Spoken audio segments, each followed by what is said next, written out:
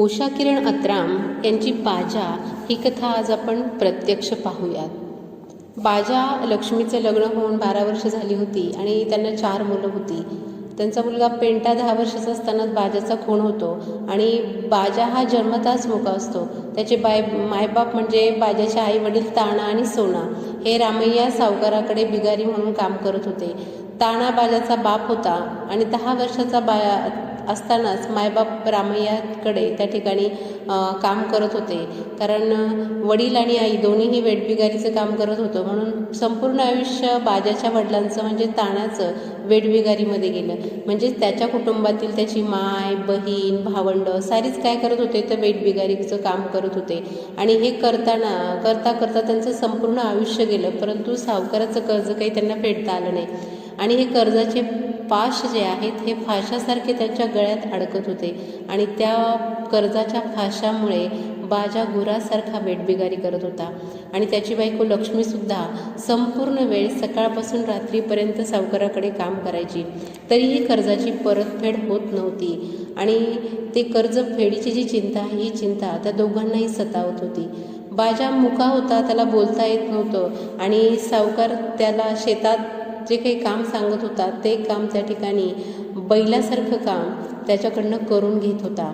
कारण पावसाळ्यात धान शेतीचं काम सुरू असतं, मुसळधार पाऊस त्या ठिकाणी पडत असतो आणि धान शेतीसाठी पाळे खणणे, चिखल तुडवणे, फणी मारणे ही सगळी कामं सुरू असतात. आणि सावकाराकडे 7 ते 8 बिगारी लोक काम करायला असतात. पण ऐन फणी मारणे चिखल करायच्या वेळी त्यांचा जो घाण्याचा बैल म्हणजे हल्या असतो तो बिमार पडतो आणि मरून जातो. आणि मग हरकिसन दुसऱ्या वेठबिगाऱ्याची मागणी सावकाराला करतो, पण सावकार त्या ठिकाणी हल्ल्या मेला नांगर कसा फिरू असं ज्यावेळेस तो हरिकिशन सावकाराला म्हणतो त्यावेळेस त्या ठिकाणी सावकार चिडतो. तुला सांगताना लाज नाही वाटत? आता वेळेवर रोवणं नाही झाली तर सर्व बिगारांना जिवंत पुरीन असा दंड त्या ठिकाणी अशा मोठ्या दंडम आवाजामध्ये तो त्यांना दम भरतो. आणि बाजा 10-12 दिवसापासून सकाळपासून रात्रीपर्यंत चिखलात फणी मारण्याचं काम करत असतो. आणि ते काम करत असताना त्याचं सर्व अंग चिखलानं त्या ठिकाणी माखलेलं असतं आणि त्यातून त्याची जी काही हाडकुळी शरीरयष्टी असती त्या हाडाचं हाड मागून चांबडी तेवढं पाल, हाडावर पांघरलेलं त्याचं शरीर, खोल खोप्यासारखे निस्तेज थकलेले त्याचे डोळे, गालाचे हाड वर येऊन गाल खोल गेलेले, हसला की टिक 2 दात त्या हाडकुळ्या चेहऱ्यात चमकायचे, अंधारात काजवा चमकावत तसं. आणि ते डोक्यावरचे राठ भुरके केस बांबूच्या मुळ्यासारखे ताट उभे, अंगावर विधभर लंगोट ठिगळ लावल्याप्रमाणे. ऊन असो पाऊस असो अंगभर कपडे कधी त्या बाजाला मिळालेच नाही. आणि सावकाराच्या घरचेच वर्षाकाठी 1-2 जुनी सावकाराची धोत्र, एक नवीन धोतर, एक बंडी, एक पंचा आणि लक्ष्मीला 2 जनता साड्या, 2 पोलके, बिडी काढीसाठी 10 रुपये आणि धांधून पायली 4 पायल्या मिळायचं. अशा पद्धतीचं काम केल्यानंतरचा मोबदला सावकाराकडून बाजाला मिळत असतो. आणि मग एकावेळी सावकाराचं वर्षाचं धान्य पैसे द्यायचे नाहीत, पण 2 पायली 4 पायली 2 रुपये, सणासुदीला तांदूळ, ज्वारी, गूळ, एखादं औषध सावकार थोडंसं द्यायचा. आणि तो मुका बिचारा बाजा काही न बोलायचा, फक्त तोंडाने ह्या करीत हातवारे करून आपले म्हणणे गाराणे त्या सावकारापुढे मांडायचा. पण सावकार म्हणायचा चुब्बे म्हणत त्याच्या कानपडात एक झापड मारून द्यायचा. कामामध्ये कमी जास्त झालं तर बाजाची खैर नसायची, ढोलक्याप्रमाणे तो कधीही त्याची पाठ बजवायचा. पाथीवरचा हल्या मेला आणि मुक्याला म्हणजेच बाजाला अवताला झुपले. आणि त्या बाजाने त्या ठिकाणी अवताचं झुपलेल्या बैल्याने त्या पद्धतीनं झुपलेल्या बैलाला जसं काम करावं लागतं तसं काम बाजाला त्या ठिकाणी करावं लागत होतं. त्या उपाशी पोटी त्या चिखलामध्ये त्या ठिकाणी पाय उचलून चालणं आणि तो नांगराचा बैल जसा नांगर ओढतो तसं तो नांगर ओढणं. मग त्यामध्ये मोठ्या मांड्यांपर्यंत चिखलात मोठमोठ्या जळवा, किडे, गोंबा, वरून पाऊस पडत असायचा, विधभर लंगोट त्या ठिकाणी त्याच्या अंगाला होती. आणि सर्वात वरच्या पावसानं तो भिजत होता. म्हणजे वाळल्या बाबळीच्या खोडाप्रमाणे त्याचे हाडकं शरीर बैलाप्रमाणे कंबर वाकून मानेवर झूक घेऊन दोन्ही हाताने जुवाचे ओझे पोलत पेलत बैलाच्या बरोबरीने कडक मातीचे ढेकळं त्या ठिकाणी तो तुडवत होता. आणि मग त्या चिखलात त्याला काटे मोडायचे, पायाला जळवा चिटकायच्या, आतल्या आत रक्त प्यायच्या त्या जळवा, कारण अंगावरचे किडे धावायचे, माशा डास चावायच्या आणि धोधो पाणी पडत. केवळ शरीरातील उष्णता बाजा शरीरातील उष्णतेमुळे नांगर ओढत होता. दुपारी 2-3 वाजता गोळाभर भात त्याला मिळायचा आणि लहान गंजभर पातळ धुण्यासारखी आंबील, मिठाचा खडा, 2 लाल मिरच्या असं त्याचं जेवण असायचं. आणि पुन्हा नांगरट सुरू. म्हणजे सकाळपासून ते दुपारपर्यंत एवढं त्या ठिकाणी त्या हल्ल्यासारखं काम करून त्याला जेवणात फक्त काय मिळत होतं तर 2-3 वाजता गोळाभर भात त्याला मिळायचा आणि लहान गंजभर पातळ धुण्यासारखी आंबील आणि मिठाचा खडा, 2 लाल मिरच्या असं साधं जेवण त्या ठिकाणी त्याला मिळायचं. पोटाला एवढी भूक लागायची, एवढं कष्ट तो करायचा, परंतु जेवणसुद्धा त्याला मिळत नसायचं.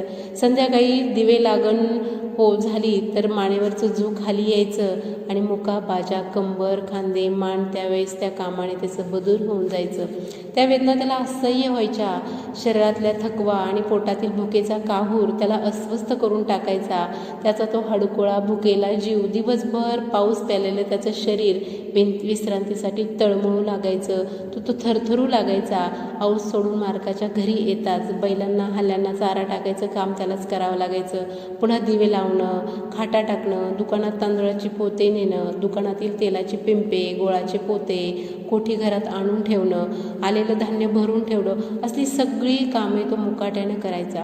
सावकाराला हॅन हातवारे करून बाजा सांगू लागला तसे दिवसभर मानेवर झूक घेऊन नांगर ओढला.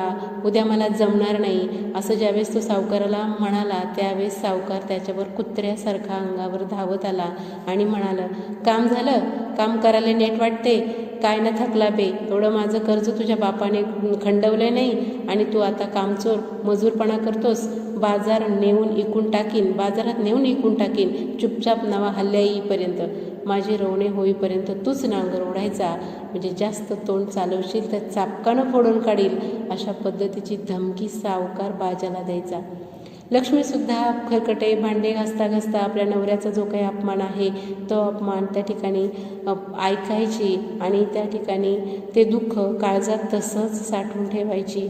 सावकार विकून टाकील, चापकानं मारील, कुठं जीव पळून जाईल, तिथूनही सावकार आपल्याला शोधून काढील आणि दावणीच्या बैलासारखं त्या ठिकाणी आपल्याला मारील, अशा पद्धतीची भीती त्या ठिकाणी त्यांना होती. आणि म्हणून ते फक्त गप्पच होते. 8-10 दिवस मोठ्या बळाने त्याने बाजाने नांगर ओढायचं काम केलं.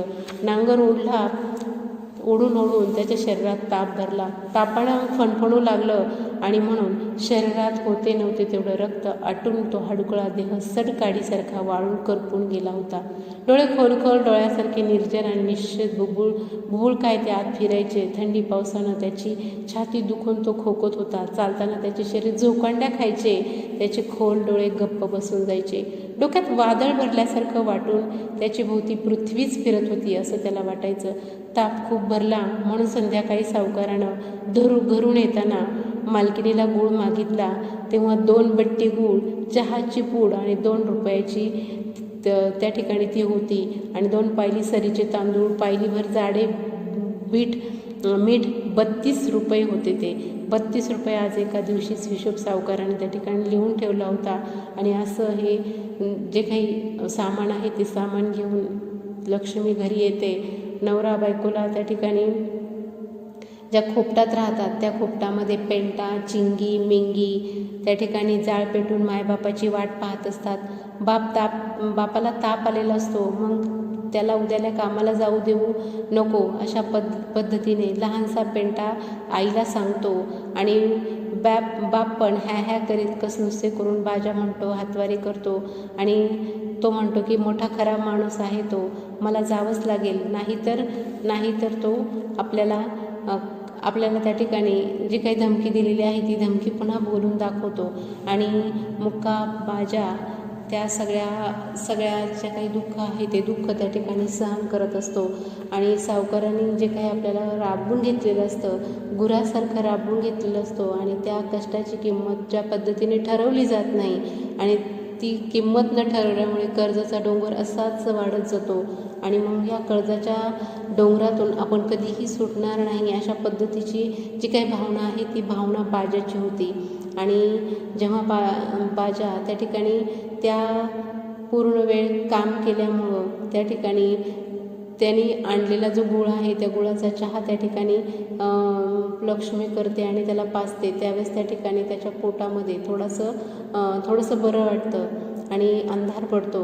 बाजाच्या झोपडीतून पाऊसधारा पडू लागतात. गाडगी मडकी चिंध्या पालवाले ओले झाले होते. काटक्या लाकडं पेटून कसाबसा जाळ करून लक्ष्मी उपाशी पोटतीच लेकरांना घेऊन रात्रभर बसून असते आणि बाजा तापाने फडफडत असतो. पावसामुळे गोमा विंचू बेडूक शेंबड्याही खोपटात शिरल्या होत्या. पहाटेचा कोंबडा आरवला. लक्ष्मी पोरांना घेऊन बसून होती आणि तेवढ्यात अंगणाचं झोपाड सरकवीत तावातावाने सावकाराने हाक मारली. अरे मोक्या, कामावर नाही आला अजून? दिवस कासराभर आलाय का? दंडात जायचं. रोवण्यासाठी पारेगान वाण्यार न्यायचं हाय आणि तू अजून खाटावर हाय निजून. बाप तापात बुडून होता. लक्ष्मी फाटका पदर नीट करत दारात येत म्हणाली, लय तापण हायत हो, पोटात दुखतंय त्याच्या. भीतभीत म्हणाली आणि तोंड केविरानं केलं. आणि हे सगळं उत्तर ऐकून त्या ठिकाणी सावकाराला खूप राग आला आणि तो म्हणाला, काय पोट दुखते त्याचं की तुहीच दुखवते. लाल पांढरे कावे काढत नागपुड्या फेंगारून निर्लज्ज हातवारी करीत ओरडला आणि त्याचे बेशरमपणाचे बोलणे ऐकून तीही गप्पच राहिली. त्या ठिकाणी बिगार कर्ज 2,000 रुपये झालं आणि आजचे रोजी 100 रुपये दंड धरून समजलं तर खंडवा डुकरीच्यानो, पिढ्यानपिढ्या तुम्हाला अकला नाही. जनावराच्या अवलादांनो, तुहा आजा गेला, बाप गेला, आता तुही मर. असं आमचं ऋण खणता नाही पाप्यांनो. आता तुहे पोरं हायसे त्याला बी पाठव बिगारीवरच. वतनदारींचं बेट जसं लवकर कामावर येत नाही तुह्या सालट्या वाळू घालीन ह. अशा पद्धतीची धमकी त्या सावकार त्या ठिकाणी देतो आणि ही सगळी धमकी त्या शिव्या हे सगळं त्या ठिकाणी देतो. आणि हे सगळं ऐकून त्या ठिकाणी त्या ठिकाणी पेंटाला सुद्धा त्या ठिकाणी खूप राग येतो. आणि पेंटा त्या ठिकाणी ज्यावेळेस तो म्हणतो की तुला जमत नाही पण तुझ्या पोरांना पाठव, तुझ्या पोराला सुद्धा काय करू आपण, वेठबिगारीचं काम त्या ठिकाणी करायला लावेल आणि माझं कर्ज मी फेडून घेईल, अशा पद्धतीची धमकी त्या ठिकाणी देतो. परंतु त्या सगळ्याला त्या ठिकाणी पेंटा विरोध करतो त्यावेळेस विरोध करतो आणि त्या ठिकाणी बोलतो की तुम्ही माझ्या वडिलांना त्रास दिला आहे, तो त्रास तुम्ही मला देऊ शकत नाही. आणि तो त्याला उलटं बोलल्यामुळे सावकार त्याच्यावर चिडतो. पण सावकार चिडून त्याच्या अंगावर धावून येऊस्तोवर तो रानामध्ये पळून जातो. अशा पद्धतीचे जे काही कथानक आहे ते कथानक आपल्याला या बाजाचं त्या ठिकाणी सांगता येतं. जो काही राहिलेला भाग आहे पुढील तो आपण पुढच्या व्हिडिओमध्ये पाहूया. ठीक आहे, थांबूया.